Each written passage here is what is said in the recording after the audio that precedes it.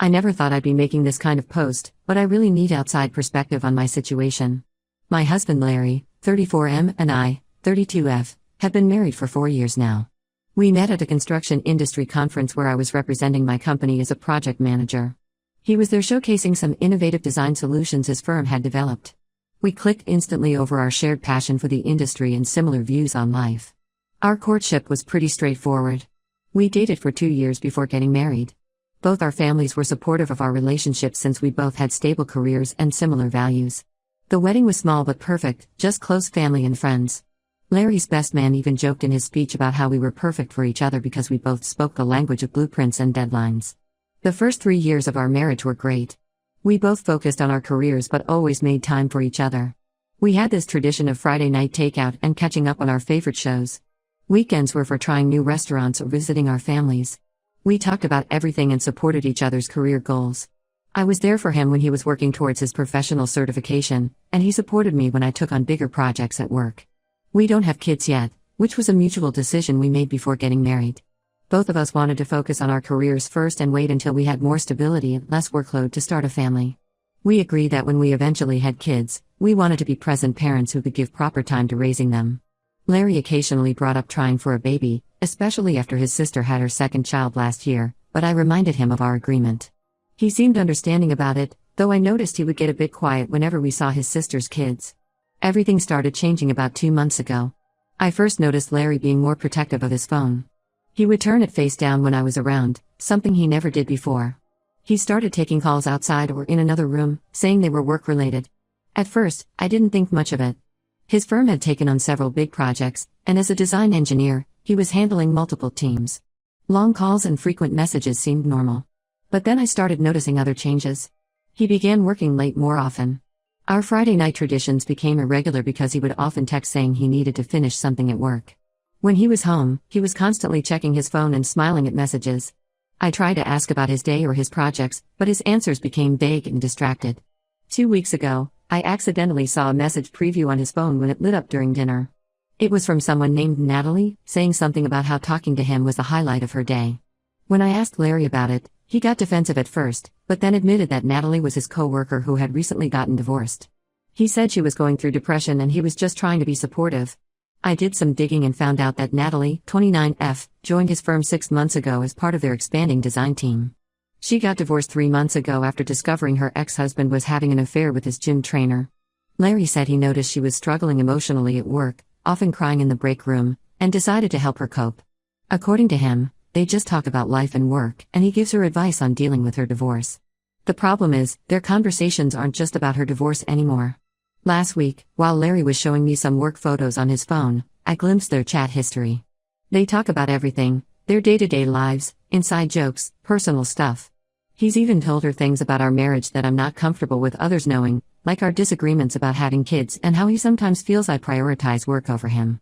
When I confronted Larry about crossing boundaries, he got defensive and said I was being insensitive to someone going through a tough time. He tried to justify it by saying that since he works closely with her on projects, he couldn't just watch her suffer. He insisted there was nothing romantic between them and that I was overreacting. He even brought up how his dad had helped his secretary through her divorce years ago, and his mom had never made a big deal about it. I told him that while it's fine to be supportive of a coworker, this level of emotional intimacy isn't appropriate. I pointed out that Natalie is a grown woman who can seek professional help or support from her friends and family. Besides, their company has an employee assistance program that offers counseling services. Larry accused me of being jealous and said I was making a big deal out of nothing. What really bothers me is how much he's changed since this started. Our conversations have become superficial. He doesn't share things with me like he used to. Even when we're watching TV together, he's constantly on his phone. Last night, I woke up at 2 a.m. and found his side of the bed empty. He was in the living room, texting. When I asked who he was talking to so late, he got irritated and said it was work-related. Last week, I found out he had lunch alone with her 3 times. A friend who works near their office spotted them at a cafe that's quite far from their workplace. When I asked Larry about it, he said they were work lunches to discuss projects. But why couldn't they discuss work in the office cafeteria? Why drive 20 minutes to a cafe? When I pointed this out, he accused me of having people spy on him. I'm not sure what to do anymore.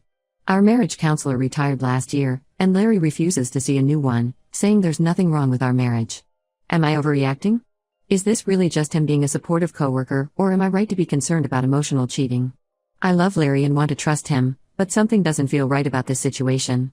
Update 1 first, I want to thank everyone who commented on my original post. Your insights and support really helped me see things clearly when I was doubting myself. Unfortunately, things have gotten much worse, and I need to share what happened. After my last post, I tried to work on things with Larry. He promised to maintain professional boundaries with Natalie and even showed me some work emails where he was keeping things strictly business. For a while, it seemed like things were improving. He started coming home earlier, and we even went on a weekend trip to the beach last month. I started to think maybe I had overreacted. But yesterday changed everything. I was doing laundry, something I always do on Sundays. While checking pockets before throwing clothes in the washer, I learned this habit after ruining one too many credit cards. I found a folded paper in Larry's jacket pocket. It was a hotel receipt from the Marriott downtown, dated last Tuesday, in Natalie's name. My hands started shaking when I saw the date because last Tuesday, Larry had texted me saying he'd be working late to finish some urgent design revisions. I sat on the laundry room floor for what felt like hours, just staring at that receipt. Then I decided to do some investigating before confronting him. I called the hotel, pretending to be Natalie. I said I needed a copy of my receipt for expense records since I lost the original. The receptionist was really helpful, probably because the booking was recent. She mentioned that I, meaning Natalie, had checked in around 2 p.m. and checked out at 6 p.m. My heart sank because I had texts from Larry from that exact time period. At 1:45 p.m., stuck at work, big design review meeting. At 5:30 p.m., still at office, don't wait up for dinner. He had even sent a picture of his desk with some blueprints to make it convincing. Looking at those texts now made me feel sick. I knew I needed more proof before confronting him. I got dressed and drove to the hotel. I probably looked like a mess because I hadn't even brushed my hair, but I didn't care. I went to the front desk and asked to speak with a manager. I showed them Larry's picture from my phone and explained my situation. I felt pathetic slipping them some money, but I needed to know the truth. The manager was surprisingly understanding. She confirmed that Larry and Natalie were regular guests. They usually came in the afternoons and stayed for a few hours. Always the same room on the 4th floor overlooking the park. She even mentioned they seemed very comfortable with the routine, always stopping to chat with the staff. I drove home in a daze. All those late nights at work, all those project deadlines and design reviews, how many of them were lies? I parked in our driveway and just sat there, remembering all the times in the past 6 months when things didn't add up. The random work dinners, the weekend design emergencies, even that conference last month that he said was mandatory. When Larry got home, I was waiting in the kitchen with the receipt on the table. He walked in talking about his day like nothing was wrong. Then he saw my face and the paper on the table.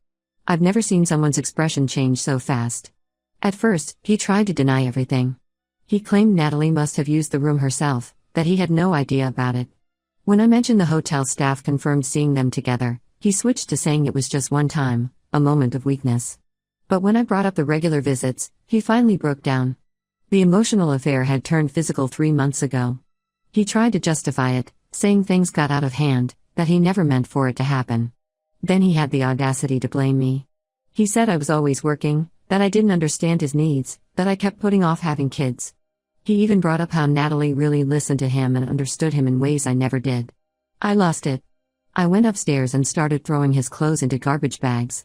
He followed me, alternating between apologizing and accusing me of overreacting. When he said I was partly responsible for pushing him away, I threw a bag of his precious designer shirts down the stairs.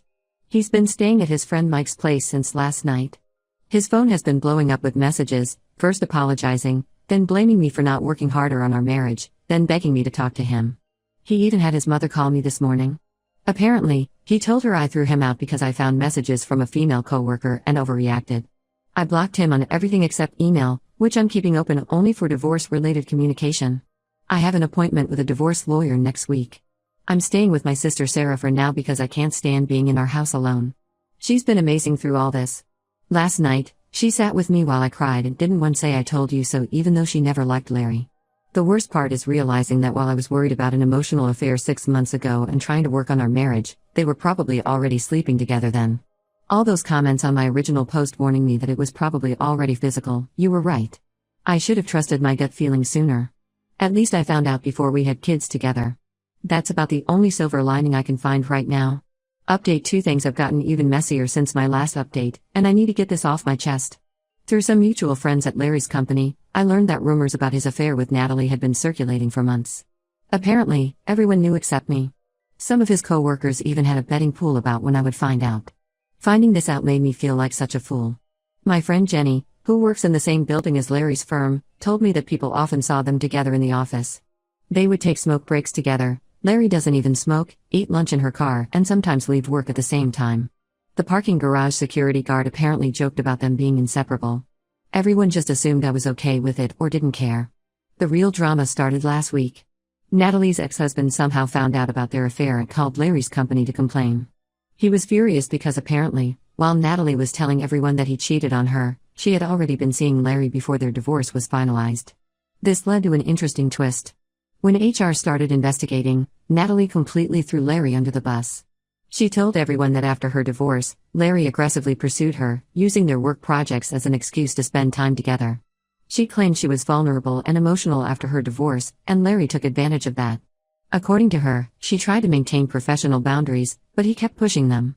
She even showed HR their text messages, carefully selected to make it look like Larry was the pursuer. She conveniently left out all her messages initiating contact or planning their hotel meetings. One of Larry's team members told me she was crying in HR's office, saying she felt pressured because Larry was senior to her in the company hierarchy. He's not, they're the same level. Larry got called into HR last week. He's now facing an internal investigation for inappropriate workplace conduct. He might lose the big project he was leading, which would seriously impact his career growth. His team has been reassigned to other project managers, and he's been asked to work from home until the investigation is complete. He called me crying yesterday. First time I've heard him cry since his dad passed away 2 years ago. He said his career might be ruined and begged me to take him back. He claimed Natalie manipulated him and that he's realized what a huge mistake he made. He even offered to go to marriage counseling and said he'd sign a post-nup agreement if I wanted.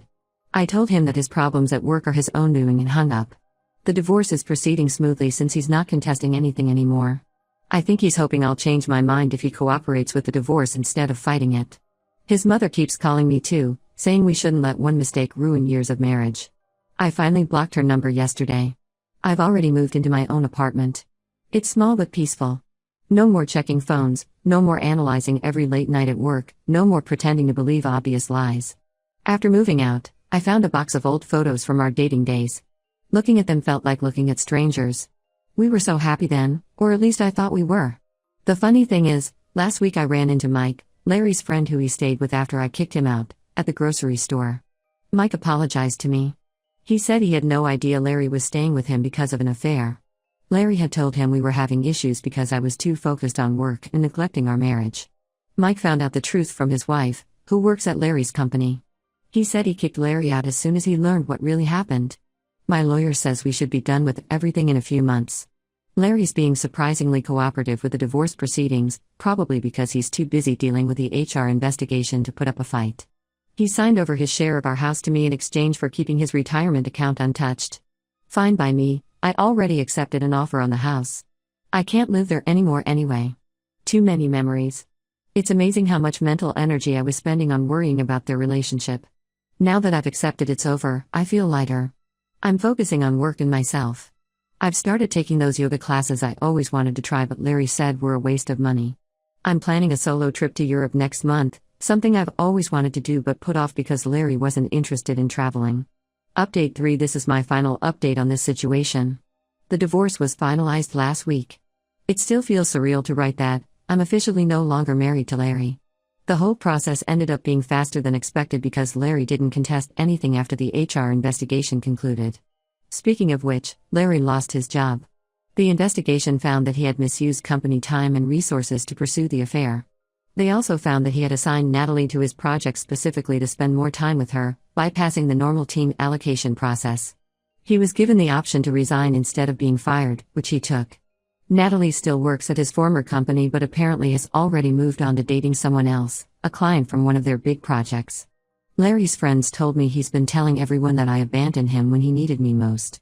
He said I kicked him out without trying to work things out and that I took advantage of his vulnerable state during the HR investigation to take everything in the divorce. I don't care anymore what story he tells. Larry tried to contact me one last time after the divorce was finalized.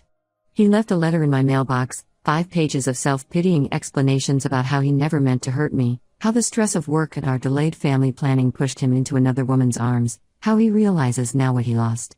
He wrote that losing his job made him understand how I felt when I lost my trust in him. The letter ended with him asking if we could meet for coffee sometime, for closure. I threw the letter away without responding. I don't need closure. I got all the closure I needed when I found that hotel receipt. My sister wants me to forward the letter to his new employer. He finally found a job at a smaller firm, but I'm done with revenge. The best revenge is moving on and being happy. And I am happy. My company offered me a promotion that would require relocating to another state. It's a bigger role with more responsibility and significantly better pay. I accepted it without hesitation. Fresh start, new city, new life. The moving company is coming next week. I sold our house for a good price. The market was surprisingly good, and being a project manager helped me stage and present the house well. I'm using part of the money for a down payment on a small condo in my new city. It's closer to the ocean, something I always wanted but Larry said was impractical. My sister helped me pack last weekend. We found my old travel journal from before I met Larry, full of places I wanted to visit. After my promotion kicks in, I'm planning to take 2 weeks off and visit Italy. Larry always said Europe was overrated and preferred beach resorts. Funny how many of my old dreams I put aside without even realizing it. It's time to close this chapter of my life. I'm in a much better place now, and I know I made the right decision. Moving to a new city where nobody knows my story as the woman whose husband had an affair with a coworker feels incredibly liberating. Here's to new beginnings.